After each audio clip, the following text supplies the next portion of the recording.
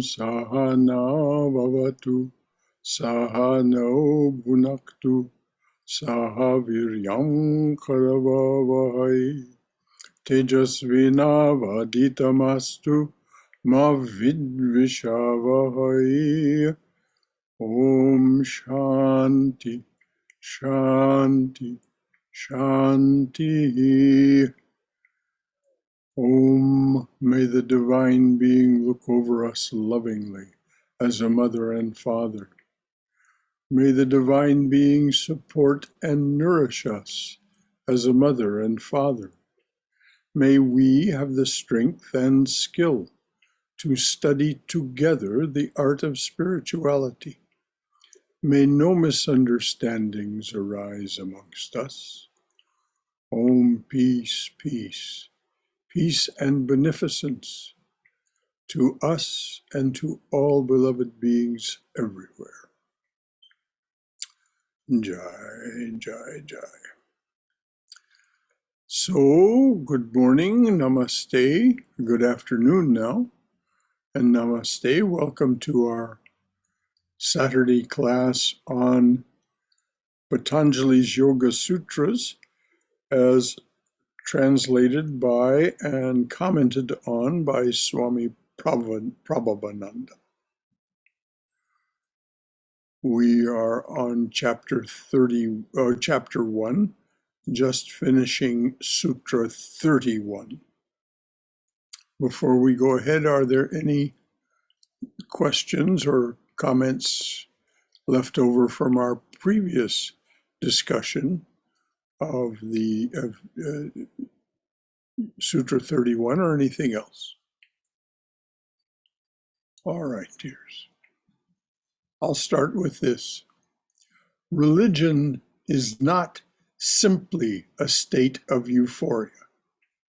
This is oftentimes people get confused and they think, well, if you practice these things, you'll get into a euphoric state and you'll stay that way. We've heard this from participants in our classes, that they feel somehow deprived because that isn't the case, that they don't remain euphoric or illumined. Religion is not simply a state of euphoria. There will be relapses, phases of struggle, dryness, and doubt.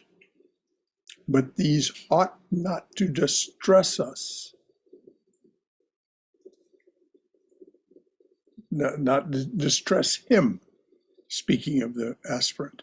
These ought not to distress him unduly.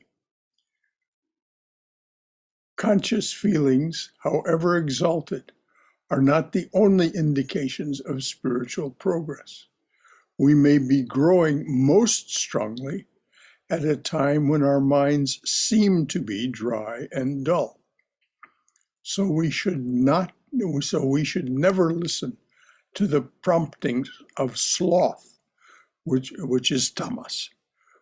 So we should never listen to the promptings of sloth, which will try to persuade us that this dullness is a sign of failure. Again, we've heard this from people who have spoken in classes, that they feel like when they don't achieve, that they're somehow failing. They really don't know how to do this. There is no failure. There is no failure as long as we continue to make an effort.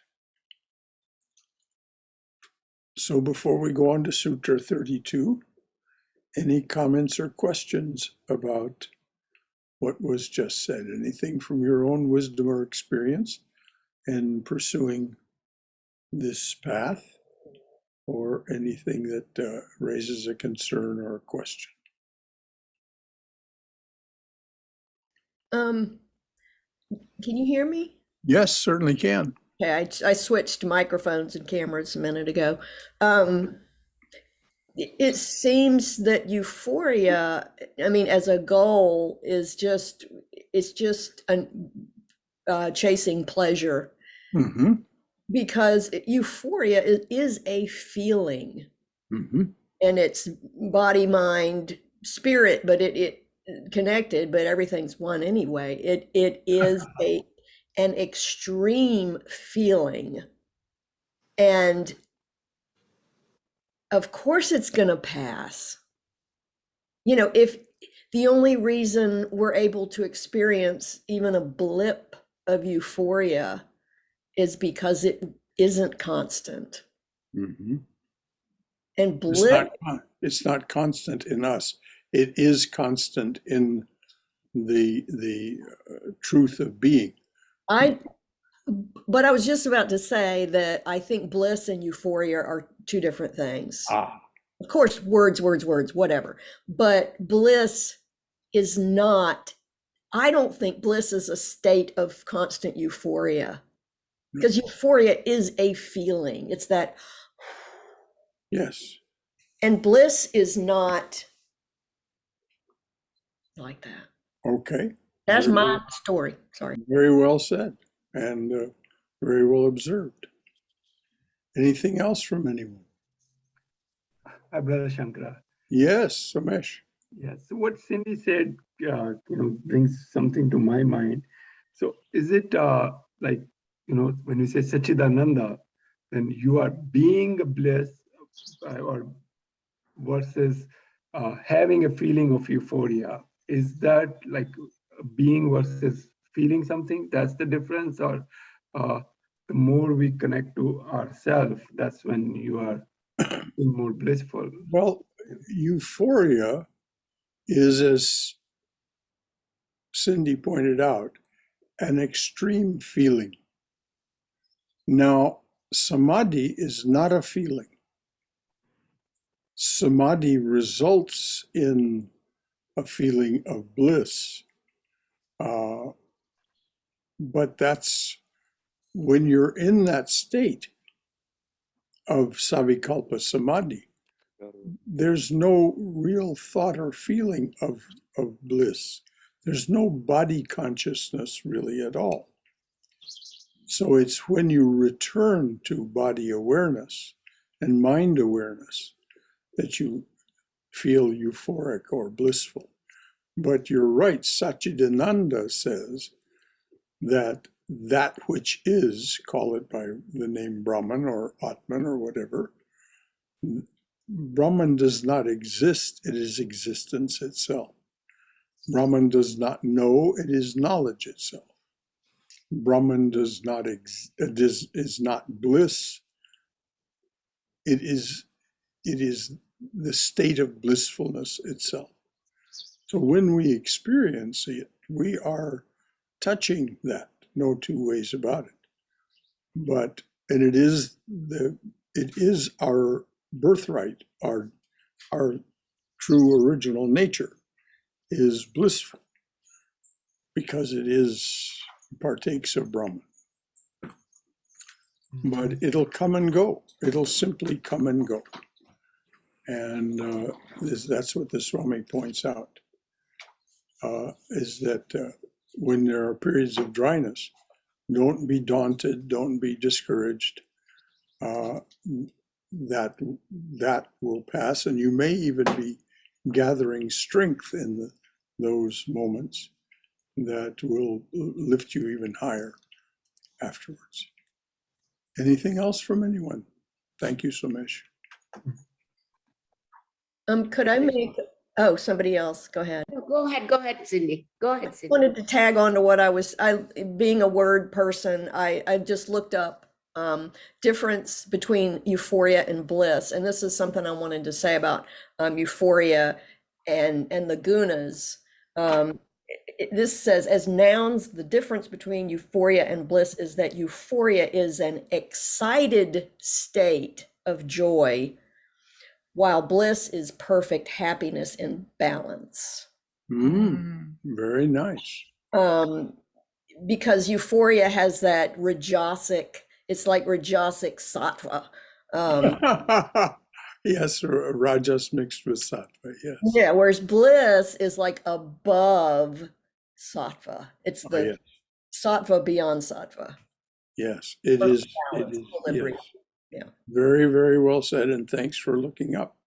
And we can imagine that Swami Prabhavananda knew exactly what he meant when he said euphoria. Brother Shankara, this is Haima. Yes, Jaime. My understanding of bliss for myself is calmness and peacefulness. That's what Cindy just read. Indeed. Yes, it's almost the same, right? Exactly. So it is. Thank you. It is meta sattva. Thank you. Okay, thank you, Haima. Anything else from anyone? Okay. That is the things, obstacles. This is Sutra 32. The obstacles can be removed by the practice of concentration upon a single truth. The obstacles can be removed by the practice of concentration upon a single truth. That is to say, the truth of God's existence. God has many aspects, and so there are innumerable approaches to him.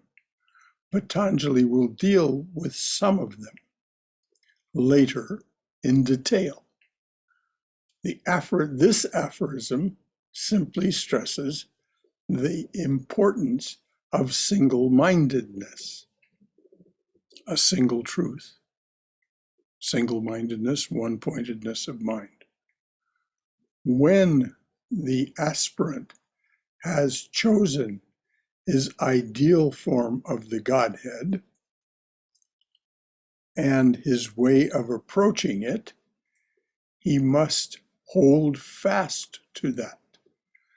Now, notice this tremendous emphasis on self-reliance. You may enlist the aid of a guru, but when the aspirant has chosen his ideal form of the Godhead and his or her way of approaching it, that person must hold fast to that. Some people are apt to be Catholic, that is to say, small c Catholic, taking from many traditions and places. Some people are apt to be Catholic in their attitude to religion. They try a little of this cult, a little of that, and fail to follow any one practice through to the goal where all are united. Now, we all know people like that. And Sri Ramakrishna characterizes it as digging shallow wells.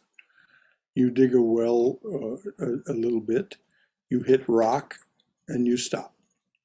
Or you dig another place and you hit sand and stop. Sri Ramakrishna says, no, just stay, keep digging in that one place, and you will find the pure water, the water of life, as Christ characterized it.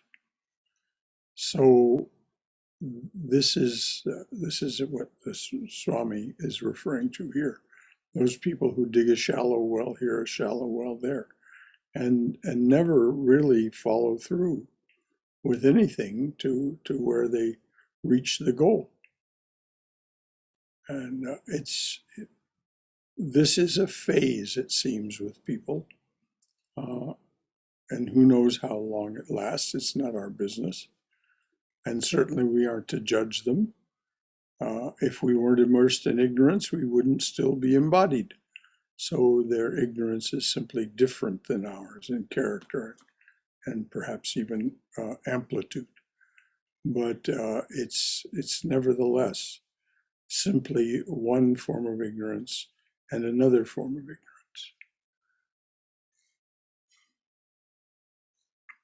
Sri Ramakrishna compared them to the man who digs a number of shallow wells but never goes deep enough to find water anywhere.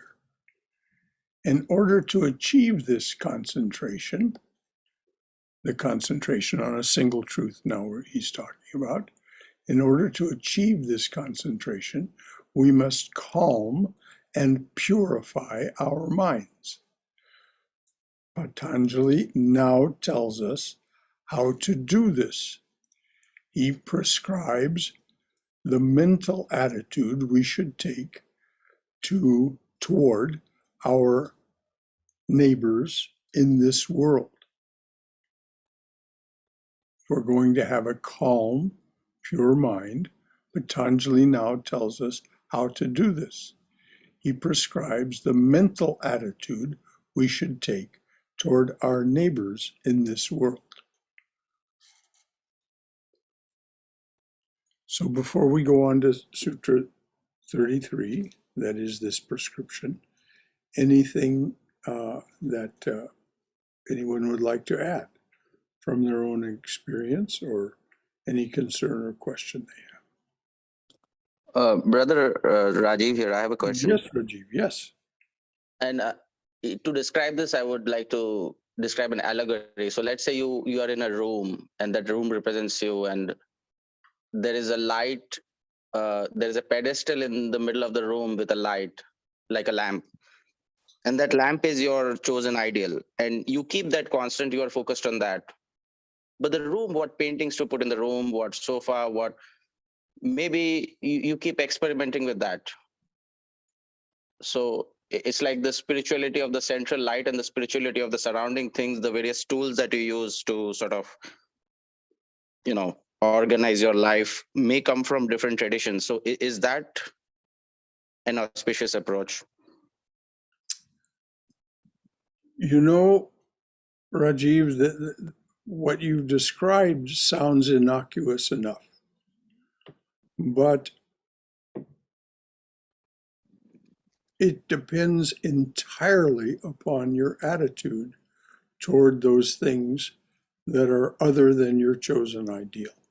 Do they represent some other aspect of the divine that you find uplifting and inspiring?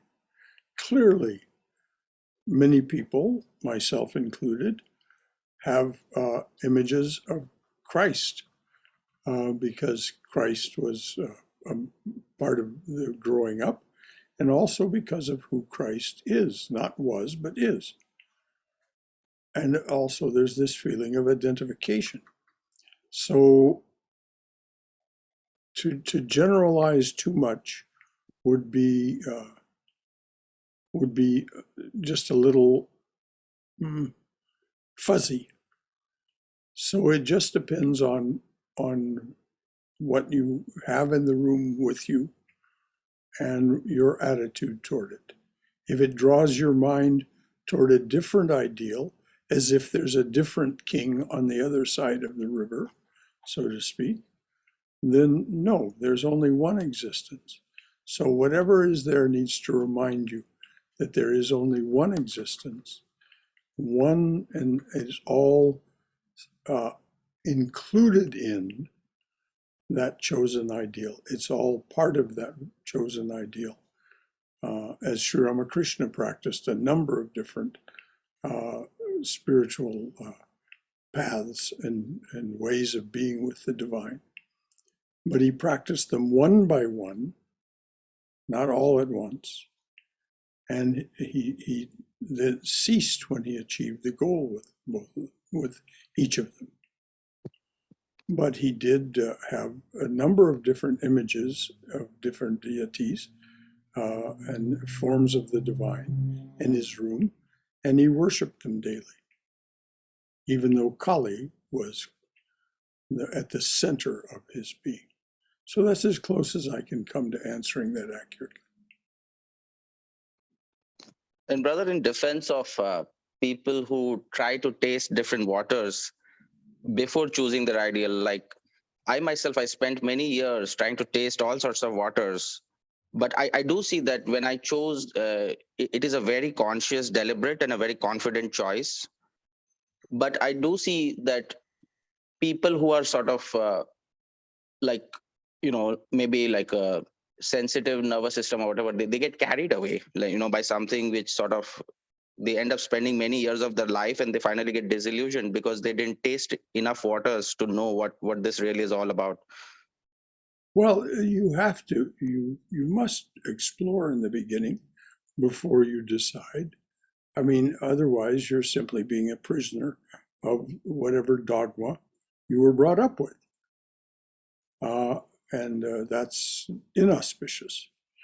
It doesn't mean that you can't, if you take the attitude that you're not a prisoner of it, that you have chosen it, even though it was what you were brought up with, then you can work with it very nicely. But it's the thing for us to be is thoughtful about these things and not just simply reactive, not just move toward the pleasant, but to see, am I choosing the good, the auspicious? So thank you, Raji. Yeah, you'll never find the treasure meant for you if you don't explore many caves first. Okay. Justine said, you'll never find the treasure meant for you if you don't go exploring in many different caves looking for that treasure box.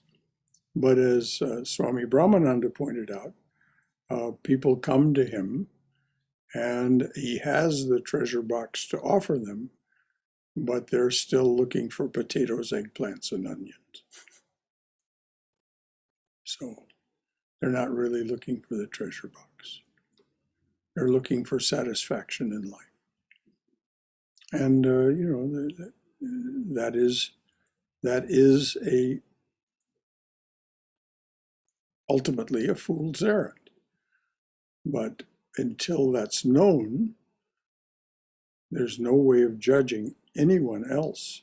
You can say to yourself, well, I can see that I was, not spending my time as best I could from time to time. But so what? Here we are right now. Anything else from anyone? Thank you, Justine. What Justine said made me think of that old show. I think it was The Price is Right. And you had door number one, door number two, as this is a cave door, door number 1, 2, and 3. And what made that such a, anxiety producing edge of your seat show back then was we want to know what's behind those 3 doors before we pick one. Right. So But we can't. I know, but Yeah. sometimes But there's a donkey behind there. But I always thought I'd be happy with that donkey. Why don't they ever want the donkey? well, that's just because you're one of those critter people. You like critters. Critters like you too. Okay. Anything else before we go on to 33? I think the game show was Let's Make a Deal with Monty Hall. Carol Merrill show us what's behind curtain number 1, curtain number 2, number 3. And it's actually an analogy I've used for years because that's revealing. That's having somebody else pull back the curtain so we can see. And yes, we all do want to see. I know I want to see behind the curtain, but I've come to the place now where I'm doing the work to understand the curtain because I'm the one preventing myself from seeing. The curtain's just a metaphor. I've got my hands over my eyes. Otherwise, I would be able to see clearly. Very good. Very good. Yes, yes. And I think the 2 shows used, I think both Cindy and yourself are right about the door number 1, curtain number 1. They just used a different door in one show and curtain in another. Anything else from anyone? Okay. Sutra 33, Chapter 1, Sutra 33. Undisturbed calmness of mind is attained by cultivating friendliness toward the happy, compassion for the unhappy, delight in the virtuous, and indifference toward the wicked. I'm going to read this again, and you may notice that it very much sounds like something from the Sermon on the Mount. Undisturbed calmness of mind is attained by cultivating friendliness toward the happy, compassion for the unhappy, delight in the virtuous, and indifference toward the wicked. So before we go on, is there anything that oftentimes people bridle at the idea of being indifferent toward the wicked. We'll talk about that in some detail. But is anybody experiencing that particular reaction? What do you mean indifference toward the wicked? Hari Om Shankaraji. Yes, Hari Om Bala. This reminds me, Vivekananda says, the saintliness of a saint and the wickedness of the wicked are both are the same. Yes, that's true. Behind the curtain, Yeah. there is one, only one. And he also says in another place, praiser praised, blamer blamed are one. And at the same time, he remarked that he didn't care for being blamed. But you had to rise above that. You had to be willing to say that behind the appearance is the reality of one.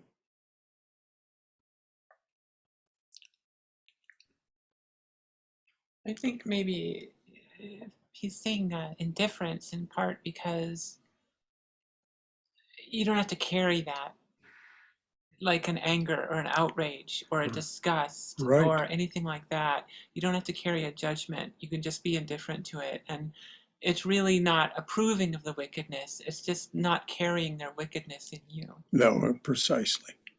That's exactly it. Indifference is not Approval. Yeah, it's not approval. It's not condoning. And this is why we have social conventions and laws that help govern people's behavior. The wicked will run afoul of those conventions and laws. So we don't need to concern ourselves about it. Undisturbed calmness of mind. This is what we want. This is why it starts this way. Calmness of mind is necessary to attain concentration, which is what Patanjali is talking about. One-pointedness of mind cannot be achieved by a mind that is constantly uncalm and agitated. So undisturbed calmness of mind is attained by cultivating, notice the word cultivating, friendliness toward the happy, compassion toward the unhappy, delight in the virtuous, and indifference toward the wicked. If we meet someone who is happy in his way of life, we are inclined to envy him and be jealous of his success. That's keeping up with the Joneses kind of thinking, isn't it?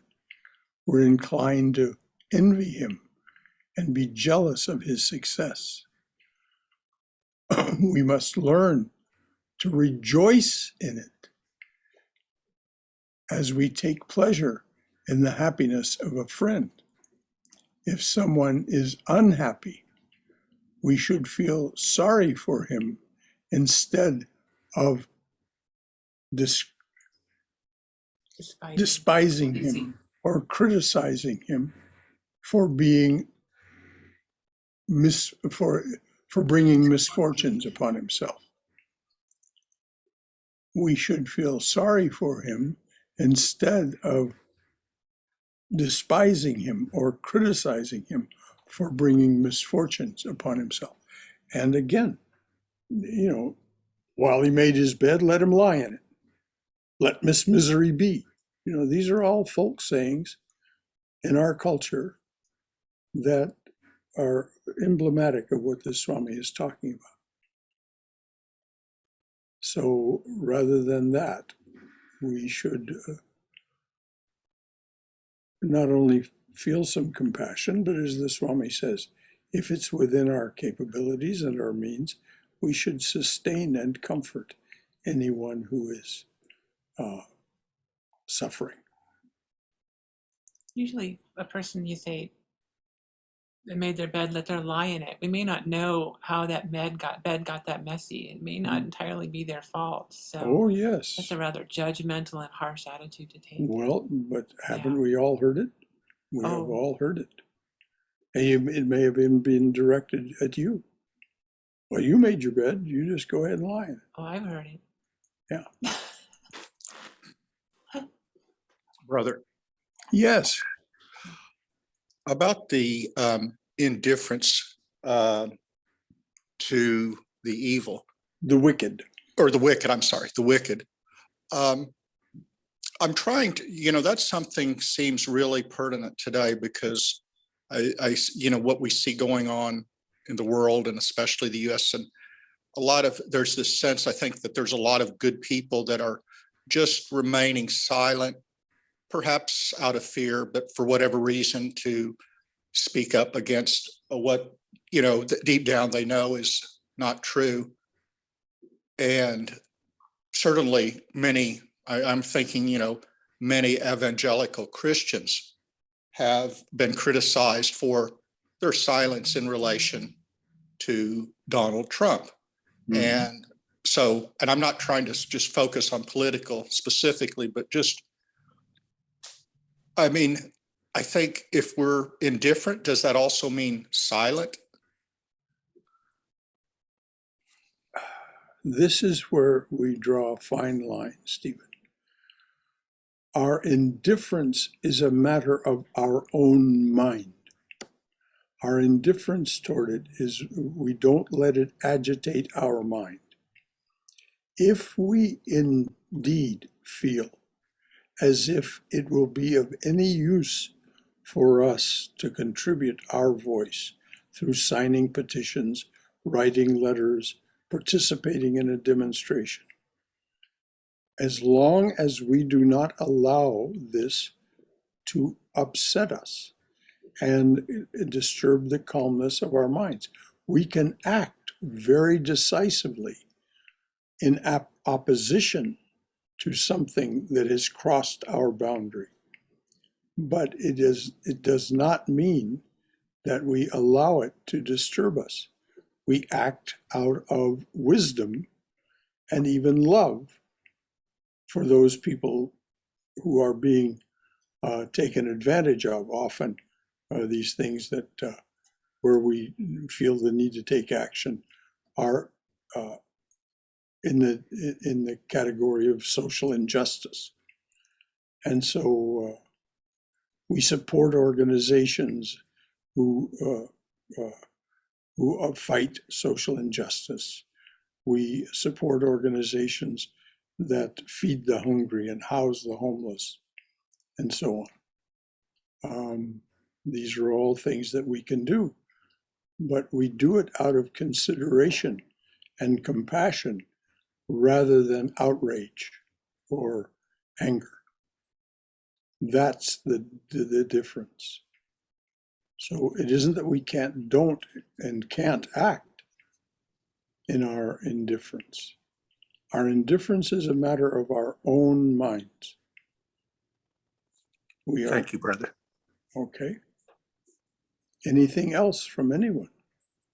Brother Shankara, Yes. I would add healthy boundaries to what you just said. With all those consideration, compassion, with healthy boundaries to those unhappy and wicked personalities. That's all. Yes. Thank you. We cannot allow them to trample on us. Yes. We can't But allow them to make us ruts. we don't need to get outraged or upset about it. That's right. We can simply say, this crosses my boundary. this is not acceptable if we're going to have a relationship. And as I say, none of this is easy. In principle, it is simple, but it is not easy in practice Yes. because it requires that we really look and say, is this agitating my mind? Am I allowing it to agitate my mind? What is it about me that allows me to be, that prompts me to be uncalm of mind? And usually we find that it's something about ourselves. There's some similarity in our own way of thinking and behaving, and we don't like to see it reflected in the world. So it's a constant, this is why spirituality is not something just practiced sitting in a chair or on a cushion for a certain amount of time in the morning and in the evening. Those are important practices, but the fact of the matter is that spirituality is something that happens moment to moment as we live our lives. Anything else from anyone? Thank you, Jaime. So this means when we're talking about indifference, we're not really saying inaction. We're saying No. we can take action, but we need to take action in such a manner that our mind is in we do it with equanimity, some kind of calmness, and that's Yes. really the purpose of this. The Sthita Prajna of of Bhagavad Gita is not a person who sits in a corner and does nothing. No. They may be very active indeed, but they do it out of a calm determination. Swami Vivekananda is an absolutely splendid example. How could he have delivered those talks? How could he have delivered those talks without notes, without books in front of him? How could he have delivered those talks if he wasn't calm of mind? It was so startling that his hostess at Thousand Island Park was unnerved by it.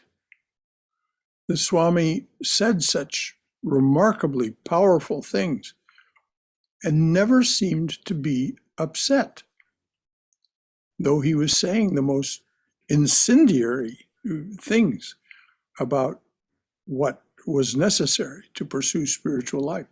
It unnerved her so that though the gathering at Thousand Island Park was taking place in her house, she had to leave because being such a thoroughgoing Methodist, the things he was saying were just too upsetting to her. But, she remarked that he was utterly calm of mind, utterly calm of demeanor. If you want to know what I'm talking about, read the book Inspired Talks. It's published by the Ramakrishna Vivekananda Society of New York, and it's quite a remarkable book. Brother, how would you do that? Like even Arjuna or the war that they, like, how would you wage a war with calmness of mind and without emotion? Well, how do you do that? You don't do it every moment. You you allow your rage to take over, and when you do, you probably begin to behave more inauspiciously than you would if you were calm of mind. So then you recover yourself, and then you are like Drona at the end, dying, lying on a bed of arrows, and he was weeping. And he was approached by Arjuna and Krishna and said, Drona, why are you weeping? And his mind was so calm and so focused that he could say, I marvel that the Pandavas, though they are so virtuous and so without flaw, without failing, that they suffer so and have to defend themselves this way. He wasn't anxious or angry about his own situation, the fact that he was dying of wounds from his battle. He was so calm of mind that he was able to think compassionately about his enemies in that battle, the Pandavas, and how they had to suffer, even though it did not seem to him that there was any reason for them to deserve it. So it isn't that we don't lose our composure, but we recover it quickly. And when you say Drono was sleeping on a bed of arrows, does that mean he had been shot by so many arrows? Yes, yes. Okay. You can read about it in the Mahabharata. It's not in the Gita itself, but it is in the Mahabharata story of the war. Brother Shankara, wasn't that Bhishma? Bhishma was the one laying on the arrows until. Did I get it I wrong? think It was not. Bhishma. So it wasn't Drona, it was Bhishma. Sorry. Bhishma was that. That's okay. There are so many people in that war. Well, not only that, So but many sacred beings. I read these things so long ago. That's right. It's hard for me to keep it straight, particularly at this age. But the point, Sure, I whether it was understand. Bhishma or Drona, nevertheless, that was the condition that person was in. And he was regarded as a sage, and he had fought valiantly for his side, which was the Kurava side in that battle. And he'd been defeated and was dying, but his concern was not for himself, it was for the Pandavas. Yes, he loved Pandavas, but he had loyalty for Duryodhana for taking care of him. Yes. That's what I read in Mahabharata. Yeah, because I have to wonder why Bhishma and Drona chose the side of the Kurus when clearly they saw that the Pandus were the righteous side. Tamas. Because of the way the culture worked at that time, dear. It was not possible for us to understand without immersing ourselves in a study of the culture that they existed in. Haima just brought up that Bhishma's loyalty to Duryodhana, Kauravas, yes. the Kauravas, And was his love. because of the fact that he had been taken care of, that he was a teacher under their auspices for all those decades. Brother, I have a, I am very confident that Bhishma was under the influence of tamas. Oh, dear heart, I think, how do you say such things, Rajiv? How do you know that he was under the influence of tamas? He was dying of his wounds, and yet at that moment he was compassionate toward the Pandavas. That was the moment of sattva, brother. But if I recollect, there was a moment where modesty of a woman was being violated, and he didn't stand up, and yeah, that is for sure tamas, I would say. Well, I applaud your confidence, Rajiv. I think, again, we need to understand more profoundly the culture in which these people lived and were embedded before we make judgments about how they were thinking and the state of their awareness. I'm reasonably certain that all of those sages and teachers, when Draupadi was being humiliated in that way, were terribly conflicted. And it was only Krishna that stepped forward. And he was able to save her by asking her a question that enabled the universe to provide her with eternal and unending protection, which is the lesson behind that. So for us to be judging the people in the room with her at that time probably isn't a very useful and auspicious way for us to think. Can I also add? Please. I'm not here very often, so I'm sorry if I'm talking too much. But he also chose the word indifference, not apathetic. Yeah. That's the first thing I wanted to mention. And secondarily, back in the middle of all the Trump stuff, I had a friend who was just eaten alive by it. And I said to him, you realize he only has as much power as you give him. And you have given him complete control over your nervous system and your consciousness. Exactly. And he was enraged that I was not willing to follow him down that path, and he quit speaking to me. Well, So there you go. The loss was his on both counts. But most people, when they are in pain, and a lot of people were in pain at that time, I would say most people, it's just how human beings are. It's easier, much easier to let yourself go into that pain and rage and blame somebody else. Oh, yes. Oh, yes. But just wanted to say one thing about this sutra is that two things. One is that I think Patanjali is not prescribing action at all, but like to do this when this and do the, he's saying cultivate an attitude of. Yes, yes. And so having an attitude of indifference toward the wicked does not in any way say don't fight against injustice or whatever. Precisely. But you know what you said about, but it takes a lot of work. I mean, do we not? Turn indifference into withdrawal. Don't we celebrate such people as Albert Schweitzer, as Mother Teresa? I mean, clearly they operated from calmness of mind because they could not have been so effective if they weren't. But nevertheless, they acted, and with great determination and against great odds, and sometimes at much peril to their own well-being, as did Vivekananda. So, yes, exactly. It's an attitude.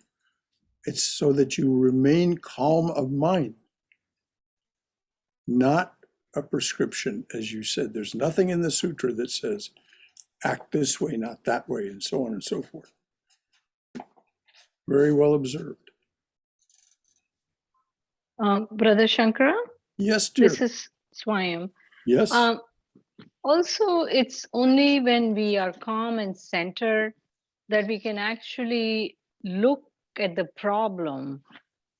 If we kind of get entangled and enmeshed in it, then there's no way to kind of see like the whole view, and also less chance that we can act in a manner that we can get a buy-in, kind of. Yes, and you're absolutely right, Swayam. Oftentimes when we look at these things and we look at our own powers to intervene, we find that what is there is far beyond our power to do anything about it. And it's like a friend said, her friends that get so involved with the realities of the world and get so intense about it, even though there are things that they can do nothing about, it seems they feel that the intensity of their feelings is their contribution. And but she says it makes her feel helpless because she's living so differently and taking joy and does not, she is indifferent in the way that Patanjali is describing, and turns her attention toward things that she can do something about. And so it makes her feel somewhat it calls upon her to justify her own behavior, and that's where she should look to not judging the others.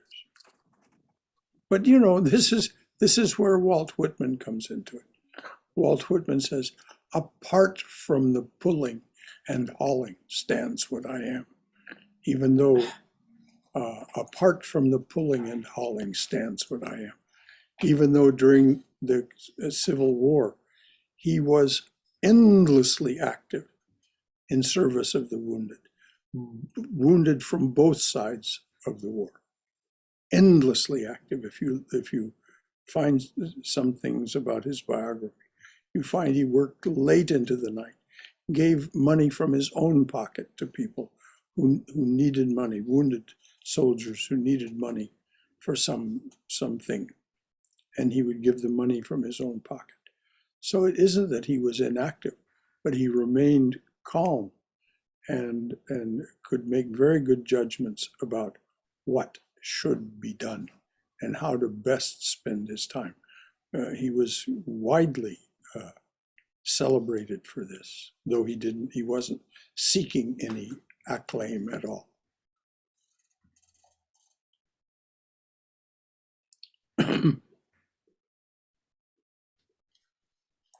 Anything else?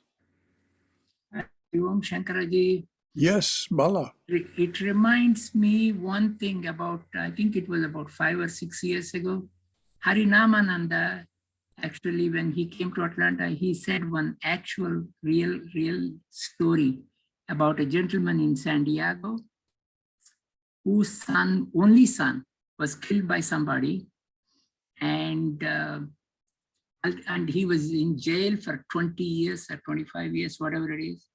And the father who lost his son accepted the gentleman as a son, and he used to go every, I think, weekend, either Saturday or Sunday, visit him, talk to him, encourage him, and ultimately he adopted him as his own son. Yes, and took him into his home when he was released. Yes, I think this is what I can never forget that story, and it keeps reminding me every minute. Yes, and if we remember John Paul II, John Paul II was attacked and very nearly killed by that Bulgarian terrorist, and he went and visited him in his prison cell, not only forgave him, but offered him salutations and blessed him. This is a very parallel story from a very different context. And the other thing I just want to in Mahabharata, when after the war, when the Bhishma was still lying down on the bed of arrows, yes, Dharmaraju came to Krishna and asked him, please teach me all the dharmas I have to rule the country. Then Krishna, even though he can teach him very well, but he said, no, I want you to go to Bhishma and ask him to teach you.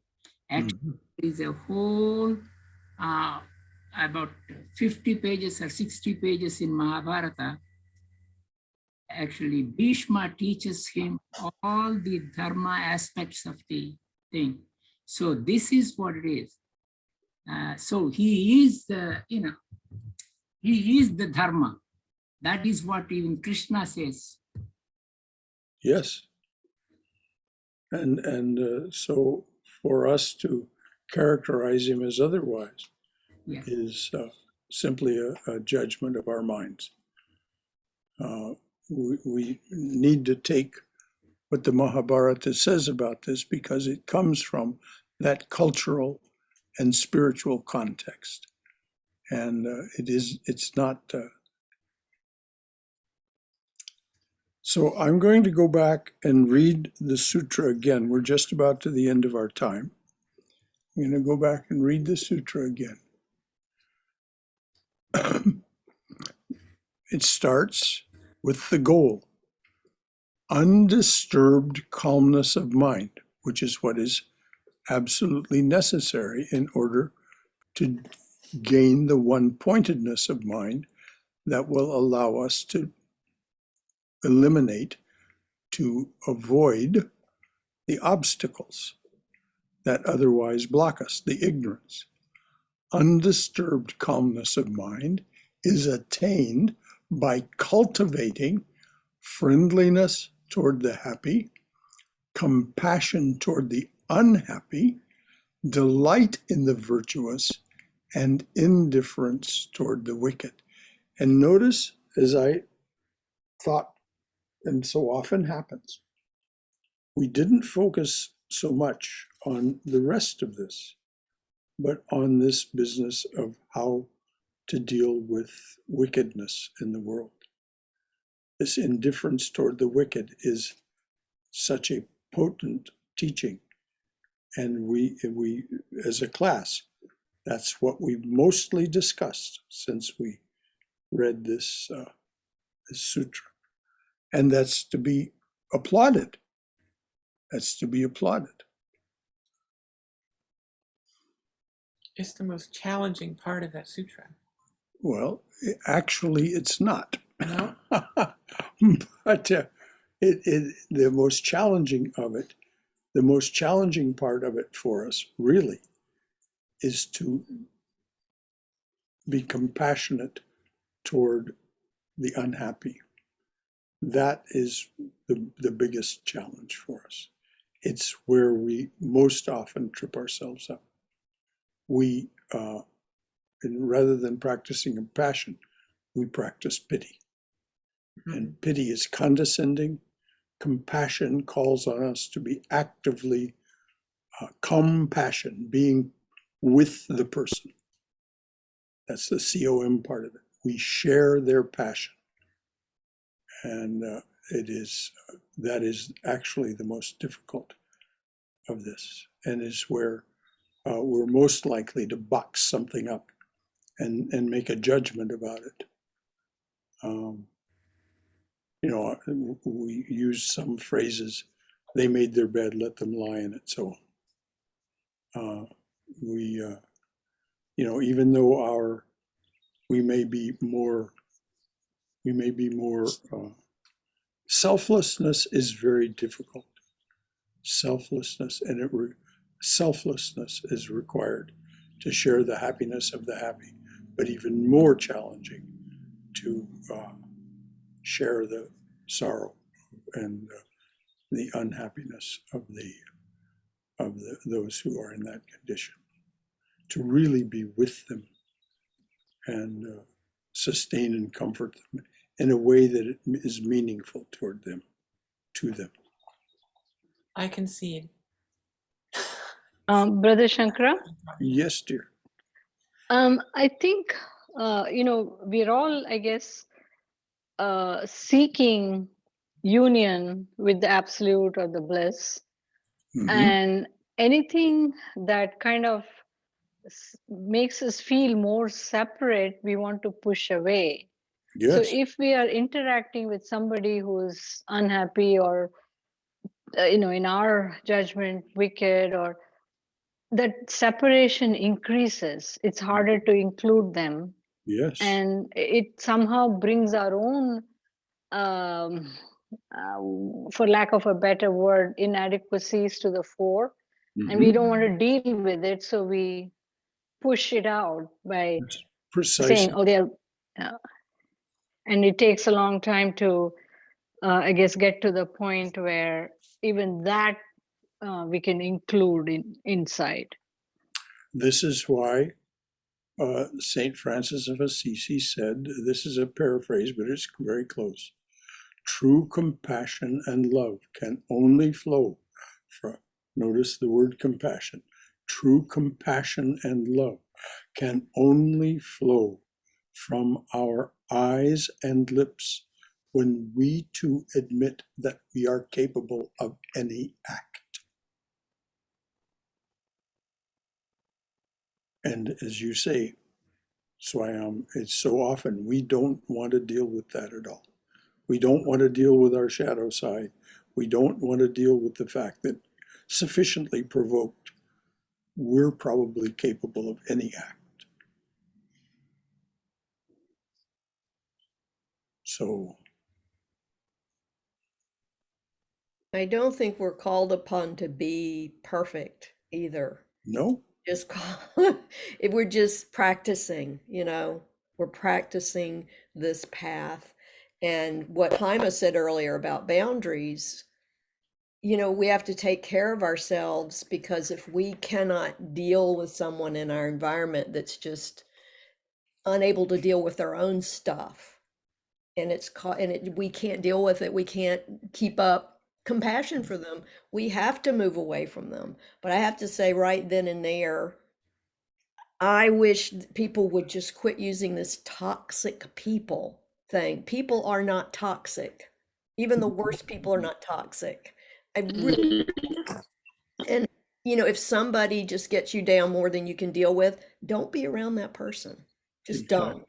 Exactly. But that doesn't mean you don't have compassion for them. It just means you have compassion for yourself too. Yes. As you said in an earlier discussion on this sutra, Patanjali isn't talking about actions. He's talking about an attitude. Calmness of mind is accomplished by cultivating an attitude.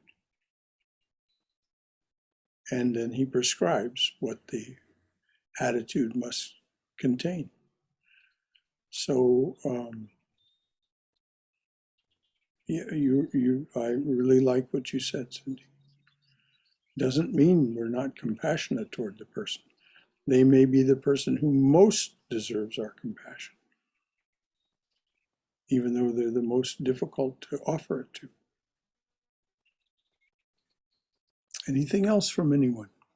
That is very true, Brother Shankara. That's why St. Francis of Assisi says, where there is hatred, let me sow love.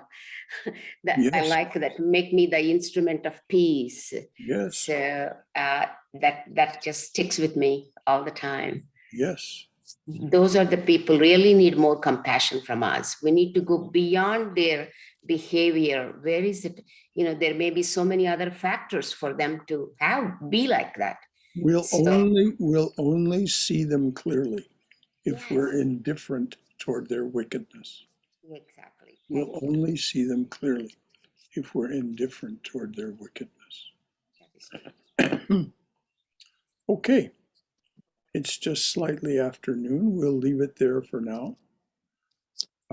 I think we'll just start with that sutra next week and then read what the Swami said, because we didn't much discuss what the Swami said, but that's all. That's wonderful.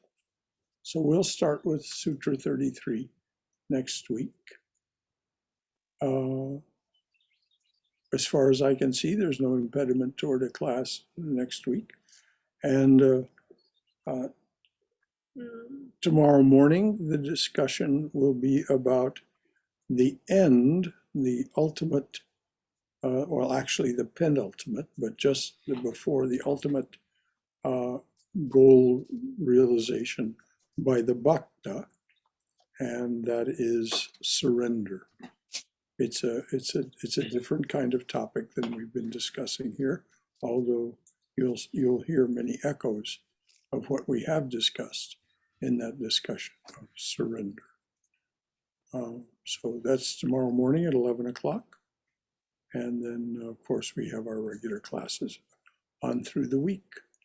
And I hope all of you who are physically able to do so can come and join us on July 4th.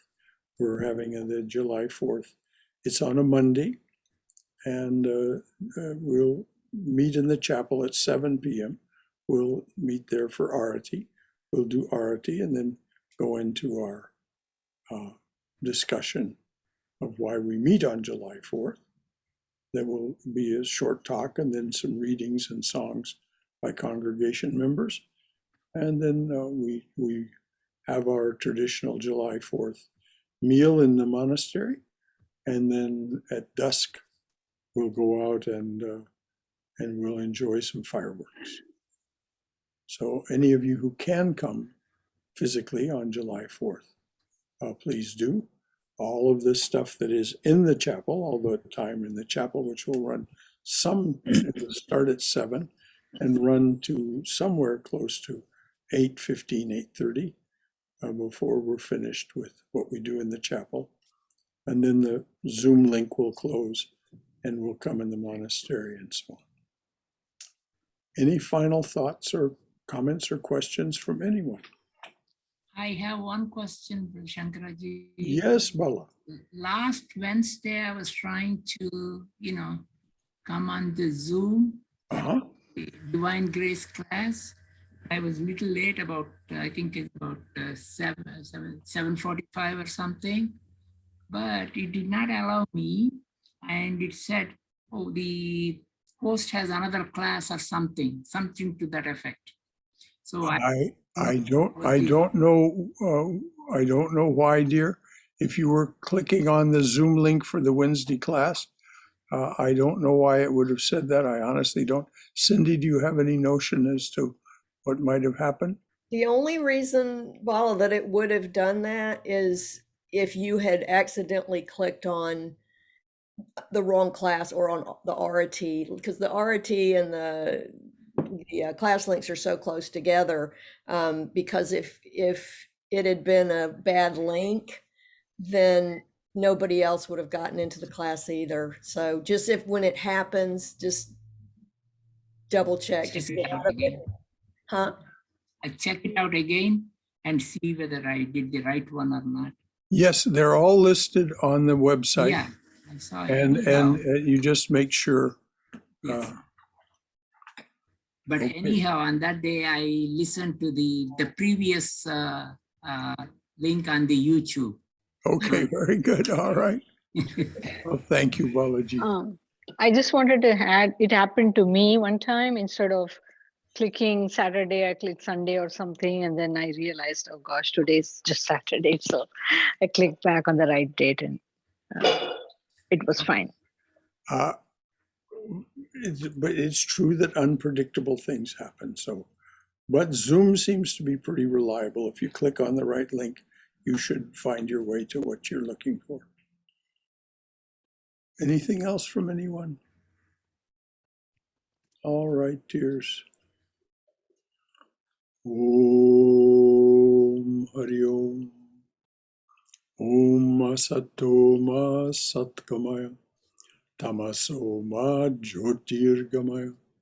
Mrityorma Amritangamaya. Abir Moiti. Oh, dearly beloved, lead us from the unreal to the real. Lead us from this realm of endless noise and relentless confusion to thine abode of silence, serenity, clarity, and peace.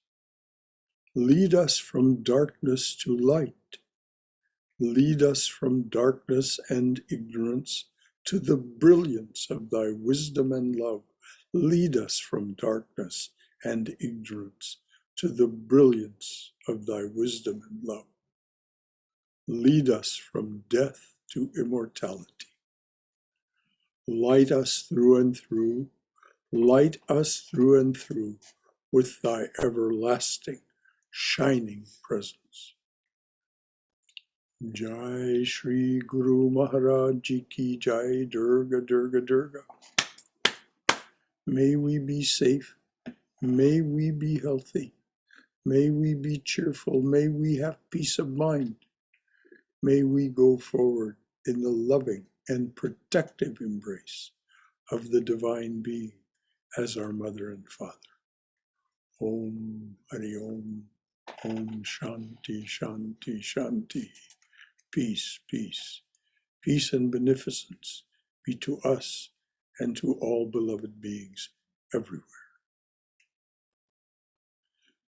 Any final thought from anyone before we sign off? All right, dears. Thank you all for coming.